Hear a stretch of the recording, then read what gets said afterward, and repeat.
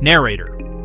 At O2 WOW on October 6, 2025, a Crimea Air Defense Operations Room froze on a chilling readout, 30 inbound ballistic targets. An officer barked into his headset, "Bring up the Tor M2s, get BUM-3s to lock, battle stations all round." It was the biggest saturation picture they'd ever seen, and the crews believed they were ready. Only one thing. Those blips weren't rockets at all. They were 30 FPV quads launched from Kherson, engineered to mimic the radar signature of Toshka-class ballistic threats. The swarm split into diversionary vectors, hammering sensors focused on two strategic nodes, the Clinty power plant and the Sverdlov munitions works. Turbine crews at Clinty watched their plant suddenly appear on engagement plots. Sverdlov's guards saw the open-air TNT storage lit up on their scopes. Across the Russian net, the thought was unanimous. This is the main raid. That error would prove fatal. To their credit, the Russian reaction was textbook. Tor M2 batteries near Clinty began locking on multiple signatures inside their roughly 10-mile engagement bubble. Further out, the Buk M3 units around Sverdlov committed volleys of 9 M3117 missiles at screaming supersonic speeds. A Kasuka-4 EW system lit up the region with a wide GNSS jamming field. The night bloomed with interceptors and radar pulses, a pyrotechnic display of integrated air defenses. Officers relaxed. Someone toasted a job well done. Clinty and Sverdlov appeared secure. 30 for 30 looked like victory. But in a nearby Ukrainian command node, a coder watched the map, a small smile spreading across his face. The defenders had swallowed the bait. Hidden behind the fireworks, a much larger, real wave was already en route. 60 AQ-400 Scythe strike drones racing toward the JSC Marine Oil Depot in Feodosia. Why hit oil tanks instead of a power plant or ammo yard? Because Feodosia is not ordinary storage. It's a strategic heartland for the Black Sea Fleet, with dozens of tanks holding an enormous share of the region's naval and aviation fuel. Knocking it offline is an operational and economic knockout. Fleet sorties and air operations stall, and civilian and military fuel markets quake. That high-value target was defended like a fortress. Tor M2s, Buk M3s, and a Kasuka-4 bubble were arrayed to stop missiles and high-flying threats. The mission, however, depended on trickery. The 30 FPV decoys over Clinty and Sverdlov were never meant to score hits. Their role was to force Russian defenses to broadcast their positions and burn through expensive interceptors.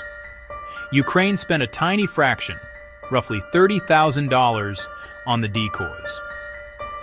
Russia answered with multi-million-dollar missile expenditure to shoot them down. It wasn't just attrition of missiles. It was intelligence harvest, panic induction, and an engineered gap in coverage. Each Tor M2 pulse, each Buk launch, and every EW activation gave Ukrainian intelligence a signal, exact locations, frequencies, and reaction timing. The Kasuka-4's jamming consumed command bandwidth, choking C2 with useless noise while masking the true approach corridors. The defenders were, in effect, blinding and disarming themselves to stop a $30,000 ghost. As the decoy choreography unfolded, the 50-ton killers, 60 scythes carrying roughly 440 lb warheads apiece, skimmed over the Black Sea at a hair above the waves in dense 40-degree fog. Their route hugged the horizon at about 20 ft, using sea skimming profiles and onboard inertial navigation, so GNSS denial was irrelevant. Satellites could be jammed, but physics and IMUs cannot be lied to.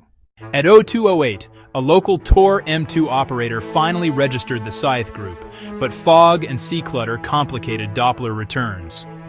Low, slow, wet contacts blurred into atmospheric noise and radar ground returns. The system struggled to generate a clean track. When the Buk M3 tried to engage a moment later, its 9 mm317 interceptor roared out, but found the target dropping to 20 to 30 feet and weaving, a profile for which the missile's seeker and kinematics were ill-suited. The shot detonated harmlessly over water. That expendable missile was another strategic cost produced by carefully timed deception. Kasuga 4's 60-mile jamming dome flared next, but its effect was a political victory for the attackers. The scythes simply reverted to inertial guidance and continued along pre-computed trajectories, using their IMUs and onboard AI. With GPS gone, they felt their way along the coastline. The defenders screamed electronic noise into the void while the drones silently obeyed Newton's laws. Small arms fire and heavy machine gun tracers filled the night, AK-47s and DSHK rounds spitting into the fog. But those salvos only confirmed one thing. The troops were panicked and ineffective against sea-skimming, low-observable attackers. A Grayton-class patrol ship, the local maritime Guardian, rumbled to life and spun up its 30mm CIWS, the classic last-ditch anti-swarm measure. But its millimeter wave acquisition radar hates moisture. In 40-degree dense fog, the beam scatters on droplets and produces a blizzard of false returns. The CIWS barrels thundered and chewed up tracer ribbons, yet could not separate real targets from water vapor. The scythes threaded the curtain of steel and tracer without flinching. Even the MiG-31 backup failed. A Foxhound scrambled, its Zaslon M look-down radar engineered to pick fast, high-flying threats from background clutter. But the scythe's sea-skimming, slow signature got filtered as sea clutter by sophisticated signal processing tuned to reject low-speed returns. The interceptor's pilot scanned and found nothing of substance. The swarm was effectively invisible to the radar's threat logic. After fruitless passes, the pilot returned to base.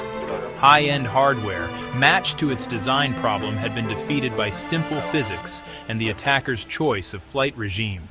Back in the Crimea Command Center, computers began to stagger under a storm of inputs. 251 separate drone tracks across the front generated a distributed denial of systems effect. The mass of decoys and real assets overloaded displays, degraded prioritization logic, and created a human-in-the-loop bottleneck. Screens froze, cursors stalled, error messages proliferated. While the scythe swarm that actually mattered calmly approached the depot and locked sights on Tank 23. At 0225, the HUDs on the 30-plus attackers switched to lock. The network uplinked targeting data. The final run began. The scythes ripped in at 124 mph, hugging AI-guided micro-adjustments that exploited coastal features and wave patterns to remain steady. They struck in tightly sequenced impacts. The first scythe punched a 440 lb warhead into Tank 23. The warhead's shaped charge physics, the Monroe effect, produced a molten jet that liquefied thick steel like paper. The resulting fireball was colossal, sending incandescent plume hundreds of feet into the night and igniting neighboring tanks. The secondary fires cascaded. Power at Clinty failed almost simultaneously.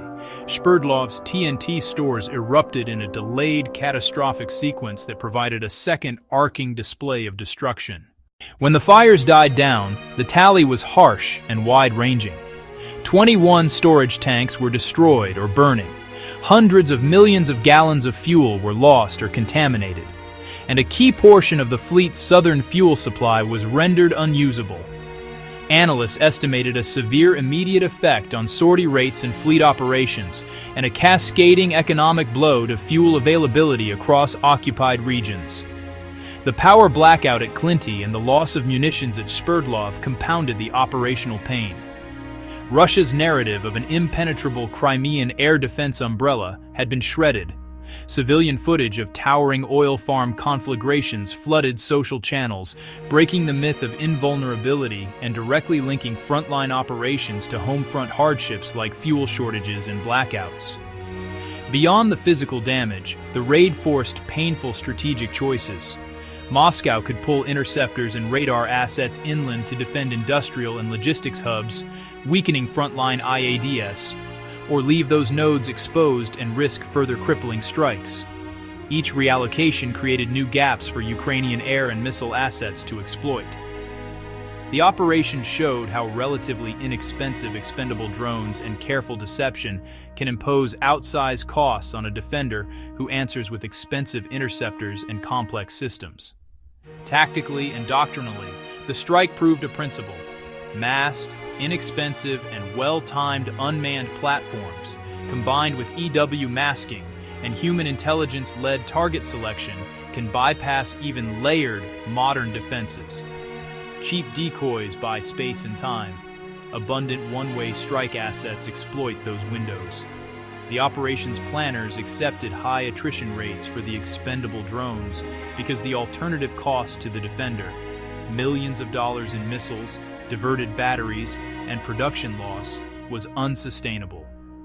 This night will be studied as a textbook case of hybrid assault. Deception feeds detection. Detection triggers expensive responses. Expensive responses create exploitable corridors. Exploited corridors produce strategic effects far beyond the immediate blast. The named sites, Clinty, Spurdloff, Theodosia, were real, and the impacts reported align with satellite thermal signatures, local reports, and open-source corroboration. The operation demonstrated a refined integration of low-cost lethality, EW artifice, and careful timing to deliver a disproportionate strategic blow. When the smoke cleared, the physical and informational damage had been done. Supply lines disrupted, fuel reserves gutted, public confidence shaken, and Russia forced to choose between defending depth or holding the front. The attackers had made the defender pay in missiles, logistics, and political legitimacy. Now, with defenders stretched and questions swirling, what should come next? The choice of the following target, another depot, a command node, or symbolic political assets, will shape the next chapter. Drop your thoughts on the comment thread. Strategy is a conversation as much as a plan.